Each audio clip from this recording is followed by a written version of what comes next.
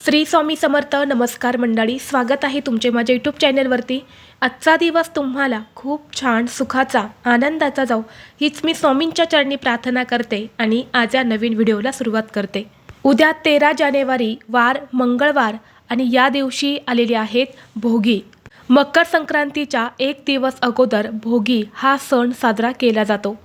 जेव्हा सूर्य एका राशीतून दुसऱ्या राशीमध्ये प्रवेश करतो त्याला संक्रांत असे म्हटले जाते आणि असे मानले जाते की या मकर संक्रांतीपासून चांगल्या दिवसांची सुरुवात होते आणि त्यामध्ये भोगी हा दिवस खूप महत्त्वाचा आणि शुभ मानला जातो. आणि त्याचे कारण म्हणजे सूर्य या दिवसात दक्षिण ते उत्तर गोलार्धात फिरत असतो, यामुळे देवतांच्या दिवसांची सुरुवात होते. धार्मिक मान्यतेनुसार या दिवशी स्वर्गाचे दारे उघडतात आणि म्हणून या दिवशी केलेले दान पुण्य उपाय हे इतर दिवसांच्या तुलनेत अधिक जास्त फलदायी ठरत असतात. भोगी हा दिवस आपल्या आयुष्यातील सर्व वाईट भोग वाईट कर्म अडचणी दुःख दूर करण्याचा दिवस मानला जातो. या भोगीच्या दिवशी सगळ्या भाज्या एकत्र करून त्याची मिक्स भाजी केली जाते. तसेच बाजरीच्या भाकरीला तीळ लावून ती भाकरी थापली जाते आणि या बाजरीच्या भाकरीचा आणि या मिक्स भाजीचा नैवेद्य हा देवांना दाखवला जातो. यानंतर ही भोगीची भाजी आणि भाकरी खाल्ली जाते. या भोगीच्या दिवशी इंद्रदेवाची आठवण काढली जाते. इंद्रदेवाने आपल्या धर्तीवर उदंड पीक पिकवावं आणि वर्षानुवर्ष ही पिकं अशीच शेतात पिकत राहावी अशी प्रार्थना या दिवशी इंद्रदेवाला केली जाते. भोगी हा दिवस अतिशय महत्त्वाचा आणि शुभ असल्यामुळे या दिवशी काही प्रभावी उपाय आणि सेवासुद्धा केल्या जातात. आज व्हिडिओमध्ये मी तुम्हाला एक अतिशय प्रभावी असा उपाय सांगणार आहेत. उद्या मंगळवार भोगीला तुम्ही एक वेळ भोगी नाही केली तरीही चालेल, पण या ठिकाणी लावा फक्त असा एक दिवा. शत्रू तुमच्यासमोर लोटांगण घालेल. 7 पिढ्यांचे दारिद्र्य नष्ट होऊन फक्त 24 तासातच घरातील इडापिडा नजरबाधा वाईट भोग संपेल आणि घरात अखंड लक्ष्मी नांदू लागेल. तर असा हा दिवा कुठे लावायचा आहे, कोणत्या वेळेत लावायचा आहे याबद्दलची संपूर्ण माहिती या व्हिडिओमध्ये मी तुमच्यासोबत शेअर करणार आहेत. त्यामुळे तुम्ही हा व्हिडिओ स्किप न करता शेवटपर्यंत नक्की पहा. चॅनलवरती नवीन असाल तर सबस्क्राईब करा आणि असेच माहितीपूर्व नवनवीन व्हिडिओ पाहण्यासाठी बेल आयकॉनलाही प्रेस करा, म्हणजे जेव्हा कधी मी नवीन व्हिडिओ अपलोड करेल त्याचं नोटिफिकेशन सर्वात अगोदर तुम्हाला भेटेल आणि तुम्ही एक पण व्हिडिओ मिस करणार नाही. तसेच हाईप बटनला देखील क्लिक करा. तर पहा, आज या व्हिडिओमध्ये मी तुम्हाला जो उपाय सांगणार आहे तर हा उपाय आपल्याला उद्या मंगळवारी भोगीच्या दिवशी करायचा आहे. भोगीच्या दिवशी तुम्ही हा उपाय सकाळी किंवा संध्याकाळी करू शकता. जर हा उपाय तुम्ही सकाळी करणार असेल तर सकाळी तुम्हाला 12 वाजण्याच्या आत हा दिवा तुमच्या घरामध्ये लावायचा आहे आणि संध्याकाळी हा उपाय जर तुम्ही करणार असेल तर संध्याकाळी तुम्ही 6 वाजल्यापासून ते 9:30 वाजेपर्यंत हा दिवा आपल्या घरात लावण्याचा जास्तीत जास्त प्रयत्न करायचा आहे. आता भोगी म्हणजे नक्की काय, तर बघा, भोगी म्हणजे जुने सोडून नवीन स्वीकारणे. हा सण आयुष्यात सकारात्मक बदल घडवण्यासाठी जुन्या गोष्टी वाईट सवयींचा दुःखांचा त्याग करण्याचा दिवस असतो आणि प्रत्येक व्यक्ती हा आपल्या मागील जन्माचे काही ना काही भोग जे आहे तर ते भोगत असतो. अनेक संकट अडचणी दुःखांचा सामना करत असतो आणि तीच दुःख तीच संकट संपवण्याचा दिवस म्हणजे भोगी आहे. आणि म्हणून या दिवशी काही उपाय जे आहे तर ते आपल्या घरामध्ये केले जातात. आपल्या हिंदू धर्मामध्ये देवी देवतांची पूजा करताना देवासमोर दिवा हा नक्की लावला जातो, कारण देवासमोर दिवा लावणे हे अत्यंत शुभ मानलं जातं. यामुळे घरातील नकारात्मक ऊर्जा नष्ट होऊन घरात सकारात्मक ऊर्जा ही निर्माण होते. आणि ज्योतिषशास्त्रानुसार भोगीच्या दिवशी आपल्या घरात खास काही ठिकाणी असे आपण दिवे लावले तर ज्या प्रकारे दिव्याचा लख्ख प्रकाश असतो तोच प्रकाश आपल्या आयुष्यामध्ये येत असतो आणि आपल्या आयुष्यातील सर्व समस्या ह्या दूर होतात. भोगी या विशेष तिथीवरती आपण काही उपाय जर केले तर त्या उपायांमुळे आपल्या घरात सुख शांती समृद्धी नांदू लागत असते. पैशांच्या समस्या ज्या आहेत तर त्या दूर होतात.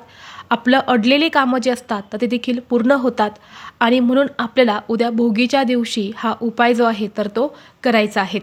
या भोगीपासून सर्व देवतांच्या दिवसांची सुरुवात होते. सर्व देवी देवता हे पृथ्वीवरती आलेले असतात, त्यामुळे देवतत्व हे पृथ्वीवरती खूप जास्त प्रमाणामध्ये जागृत असते आणि म्हणून हा दिवा जर आपल्या घरात लावला तर आपल्या घरातील प्रखर पितृदोष दूर होऊन साक्षात माता लक्ष्मी ही प्रसन्न होते आणि पितरांचा देखील आशीर्वाद हा आपल्याला प्राप्त होतो. आता हा उपाय करण्यासाठी आपल्याला उद्या भोगीच्या दिवशी सकाळी लवकर उठायचं आहे. या दिवशी अभ्यंग स्नान केले जाते, म्हणून सकाळी लवकर उठून स्वच्छ स्नान करायचं आहे. अंघोळीच्या पाण्यामध्ये तुम्हाला थोडेसे पांढरे तीळ आणि हळद टाकून स्नान करायचं आहे. यामुळे आपल्या मागचे वाईट भोग जे आहेत तर ते नष्ट होतात. या दिवशी आपण तिळाने स्नान जे आहे तर ते अवश्य करायचं आहे. केसांवरून सुद्धा आपल्याला पाणी घ्यायचं आहे, म्हणजे केससुद्धा या दिवशी धुवायचे आहेत. स्वच्छ स्नान करून झाले की तुम्हाला सर्वप्रथम सूर्यदेवाला जल अर्पण करायचं आहे. हे जल अर्पण करत असताना त्या पाण्यामध्ये तुम्हाला थोडेसे पांढरे तीळ, हळद, कुंकू, अक्षता टाकायचे आहेत आणि हे जल सूर्यदेवाला अर्पण करायचं आहे. सूर्यदेवाला जल अर्पण करत असताना ओम गृहिणी सूर्याय नमः किंवा ओम सूर्यदेवाय नमः, ओम आदित्याय नमः या कोणत्याही मंत्राचा जप करत तुम्हाला सूर्यदेवाला अर्घ्य द्यायचं आहे. ते खूप शुभ मानलं जातं. यामुळे आपल्या जीवनातील सर्व वाईट अडचणी ज्या आहेत तर त्या दूर होतात. आणि यानंतर तुम्हाला तुमच्या देवघरातील विधिवत पूजा करून घ्यायच्या आहेत. देवघरातील देवांना स्नान घालताना सुद्धा त्या पाण्यामध्ये पांढरे तीळ टाकून तुम्हाला देवांना स्नान घालायचं आहे. धूप दीप अगरबत्ती लावून वातावरण हे प्रसन्न करायचं आहे आणि ह्यानंतर तुम्हाला हा उपाय जो आहे तर तो करायचा आहे. आता सांगितल्याप्रमाणे तुम्ही सकाळी हा उपाय करू शकता किंवा संध्याकाळी हा उपाय तुम्ही करू शकता. फक्त हा उपाय करण्या अगोदर तुम्हाला सर्वप्रथम तुमच्या देवघरामध्ये जो दिवा तुम्ही नेहमी लावतात तर तो लावून घ्यायचा आहे. अगरबत्ती लावायची आहेत आणि यानंतरच या उपायाला सुरुवात करायची आहे. आता हा उपाय करण्यासाठी तुम्हाला थोडंसं गव्हाचं कणिक मळायचं आहे आणि कणिक मळताना त्यामध्ये तुम्हाला थोडीशी चिमूटभर हळद आणि थोडंसं तूप टाकायचं आहे आणि असा हा कणकेचा तुम्हाला 7 मुखी दिवा जो आहे तर तो बनवायचा आहे. 7 मुखी दिवा म्हणजे 7 दिशेला 7 वाती येतील अशा पद्धतीने 7 मुखी दिवा तुम्हाला बनवायचा आहे. यानंतर काय करायचं आहे, एक प्लेट घ्यायची आहे. त्या प्लेटमध्ये तुम्हाला हळद आणि कुंकवाने एक स्वस्तिक काढायचं आहे. त्या स्वस्तिकमध्ये 4 बिंदू आणि कडाच्या 2 लाईन यासुद्धा द्यायच्या आहेत आणि त्या स्वस्तिकवरती मधोमध तुम्हाला थोडेसे तांदूळ ठेवायचे आहेत आणि त्या तांदळावरती हा 7 मुखी दिवा जो आहे तर तो ठेवायचा आहे. यानंतर या दिव्यामध्ये आपल्याला शुद्ध गाईचं तूप घालायचं आहे. शुद्ध गाईचं तुमच्याकडे तूप नसेल तर तुम्ही म्हशीचं तूप वापरलं तरीही चालेल, परंतु या दिव्यामध्ये आपल्याला तूपच घालायचं आहे. आता तुम्ही जर म्हशीचं तूप वापरलं असेल तर त्यामध्ये थोडीशी चिमूटभर हळद टाका, जेणेकरून त्या तुपाचं पावित्र्य हे राखलं जातं. यानंतर या दिव्यामध्ये आपल्याला 7 दिशेला 7 वाती ज्या आहेत तर त्या लावायच्या आहेत आणि यानंतर हा दिवा आपल्याला प्रज्वलित करायचा आहे.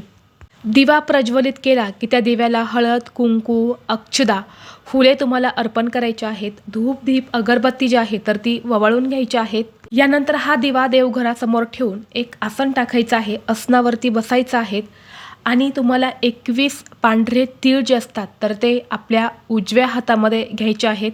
आपल्या उजव्या हाताची मूठ घट्ट बंद करायची आहेत आणि यानंतर तुम्हाला माता लक्ष्मीचा जो पण मंत्र येतो तर त्या मंत्राचा 21 वेळा जप करायचा आहे. जसे की ओम ह्रीम श्रीम क्लीम महालक्ष्मे नमः या मंत्राचा तुम्ही जप करू शकता किंवा इतर एखादा मंत्र तुम्हाला येत असेल तर त्या मंत्राचा 21 वेळा जप करायचा आहे. यानंतर दोन्ही हात जोडून माता लक्ष्मीचं नामस्मरण करायचं आहे. तुमच्या ज्या काही इच्छा आहेत तर त्या पूर्ण होण्यासाठी, आयुष्यात ज्या काही समस्या आहेत तर त्या दूर होण्यासाठी मनोभावे माता लक्ष्मीला प्रार्थना करायच्या आहेत आणि हे पांढरे तीळ त्या दिव्यामध्ये तुम्हाला टाकायचे आहेत. या पांढऱ्या तिळाची उत्पत्ती भगवान विष्णूंपासून झालेली आहेत. तीळ जे आहेत तर ते लक्ष्मी विष्णूंना अत्यंत प्रिय आहेत आणि हेच तीळ दारिद्र्यनाशक देखील मानले जातात आणि म्हणून असे हे तीळ त्या दिव्यामध्ये टाकून हा दिवा तुमच्या देवघरामध्येच तुम्हाला ठेवायचा आहे. जोपर्यंत हा दिवा जळत आहे तोपर्यंत जळू द्यायचा आहे. दिवा शांत झाला की तो उचलून त्याखाली असणारे तांदूळ हा दिवा एखाद्या मोठ्या झाडाखाली नेऊन ठेवायचा आहे. तिथे असणारे पक्षी, कीटक, मुंग्या येऊन तो दिवा खाऊन जातील आणि जेव्हा हा दिवा आपण एखाद्या मोठ्या झाडाखाली ठेवत असतो तिथले पक्षी, कीटक जेव्हा तो दिवा खातात तेव्हा आपल्या हातून एक दान होत असतं आणि संक्रांतीला दान हे अवश्य केलं जातं. मग ते दान तुम्ही कोणत्याही स्वरूपामध्ये केलं तरीही चालतं आणि या दानाचं आपल्याला दुप्पट पटीने फळ प्राप्त होतं. आणि म्हणून हा उपाय जो आहे तर तो तुम्हाला उद्या भोगीच्या दिवशी सकाळी किंवा संध्याकाळी आपल्या घरामध्ये अवश्य करायचा आहे. त्याचबरोबर जर तुमच्या जीवनामध्ये एखादा शत्रू असेल, शत्रूचा तुम्हाला वारंवार त्रास होत असेल, शत्रू हा गुप्तवार करत असेल किंवा समोरून तुम्हाला त्रास देत असेल, शत्रूची नावं तुम्हाला माहीत नसेल किंवा माहीत असेल, तसा कोणताही शत्रू त्रास, शत्रुपीडा दूर होण्यासाठी तुम्हाला उद्या पिंपळाच्या झाडाला मोहरीचं तेल अर्पण करायचं आहे. आणि मोहरीचं तेल हे जास्त अर्पण करू नका. अगदी 1 ते 2 चमचाभर तुम्हाला मोहरीचं तेल जे आहे तर ते पिंपळ वृक्षाला अर्पण करायचं आहे. 11 वेळा प्रदक्षिणा करायच्या आहेत आणि यानंतर तुमच्या जीवनातील जे काही शत्रू आहेत तर ते दूर होण्यासाठी तुम्हाला या वृक्षाला प्रार्थना करायच्या आहेत. कारण या वृक्षामध्ये अनेक देवी देवतांचा वास असतो आणि आपण जर भोगीच्या दिवशी हा उपाय जर केला तर आपल्या जीवनातील सर्व शत्रू हे नष्ट होतात. भोग जे आहेत तर ते देखील दूर होतात. त्याचबरोबर या दिवशी आपल्या पितरांची देखील सेवा केली जाते. या दिवशी पितृतर्पण देखील केलं जातं. आपले पूर्वज जे आहेत तर ते पृथ्वीवरती या भोगीच्या दिवशी येत असतात आणि म्हणून तुमच्या घरामध्ये पितृदोष असेल, पितृदोषाचा त्रास तुम्हाला होत असेल तर तो दूर होण्यासाठी, पितरांचा आशीर्वाद हा प्राप्त करून घेण्यासाठी भोगी हा सर्वोत्तम दिवस मानला जातो. या दिवशी तुम्हाला पितरांसाठी सुद्धा एक दिवा लावायचा आहे. मातीची पंती घ्या, त्यामध्ये तुम्हाला मोहरीचं तेल घालायचं आहे, थोडेसे काळे तीळ टाकायचे आहे, दुहेरी कापसाची वात करून हा दिवा एका प्लेटमध्ये तांदळावरती ठेवून तुम्हाला या दिव्याची वात दक्षिणेकडे येईल अशा पद्धतीने हा दिवा तुमच्या घरात तुम्हाला प्रज्वलित करून संध्याकाळी किंवा सकाळी 12-12:30 वाजता दक्षिण दिशेला तोंड करून हा दिवा लावायचा आहे. यामुळे घरातील पितृदोष जो आहे तर तो दूर होतो आणि पितरांचा आशीर्वाद हा आपल्याला प्राप्त होतो. तर ही अत्यंत महत्त्वाची माहिती मला तुमच्यापर्यंत शेअर करायची होती. व्हिडिओ तुम्हाला आवडला तर लाईक करा, चॅनलवरती नवीन असाल तर सबस्क्राईब करा आणि हा व्हिडिओ आपल्या मित्रपरिवारासोबत जास्तीत जास्त शेअर करा. चला तर मग भेटू असंच पुढल्या एका नवीन व्हिडिओमध्ये. तोपर्यंत सर्वांना श्री स्वामी समर्थ.